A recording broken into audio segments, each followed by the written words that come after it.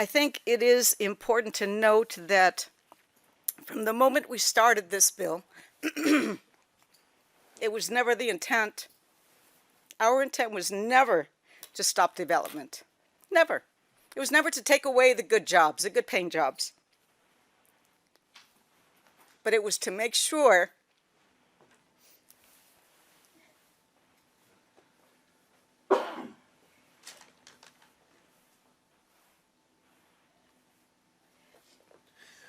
I don't think I've ever cried when I've presented a bill. But it is to make sure that we hear the voice of those who are most harmed.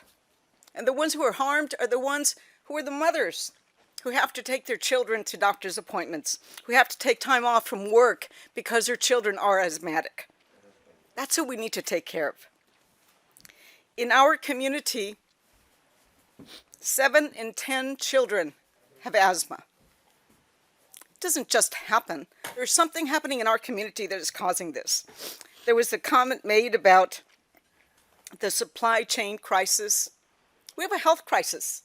That has to take precedence over anything else that we talk about. In some of the comments that were made, not today, but in the literature that was disseminated, it talked about this bill being a job killer. I immediately got calls from the community saying, Eloise, how can they say this is a job killer? It's killing our children. Shouldn't that be shouldn't that be what we talk about instead? The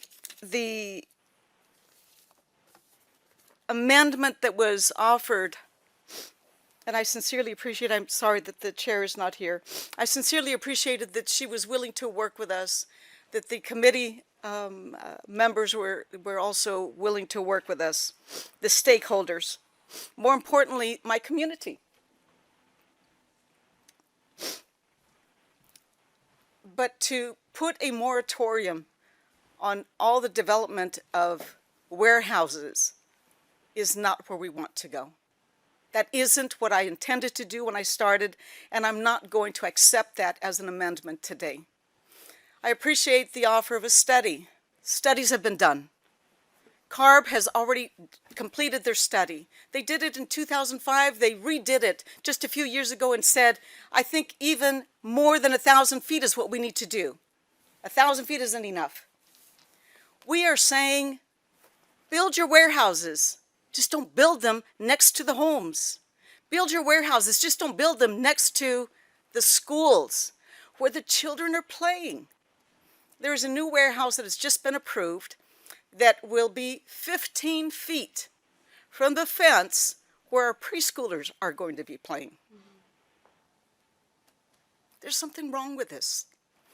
And I recognize that one of our mayors called in to say that they had resolved an issue with the Attorney General. To be clear, there was a 205,000 square foot warehouse that was going to be built in the city of Fontana. CEQA was followed, but as is allowed under CEQA, if the city wants, they can sign a statement of overriding considerations, which they did, and the warehouse was approved. And I'm so grateful to the community who then contacted the Attorney General and said, how can this happen? If the environmental impact report says that it shouldn't be built here because it's impacting us, why is this being approved? And I'm very grateful to our Attorney General, Rob Bonta, who did the investigation.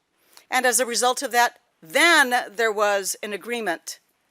But it wasn't a voluntary agreement. It came as a result of a lawsuit. Let's be clear about that. A moratorium today could take care of my community for a year. That was the offer, the offered amendment. That is not what we're seeking.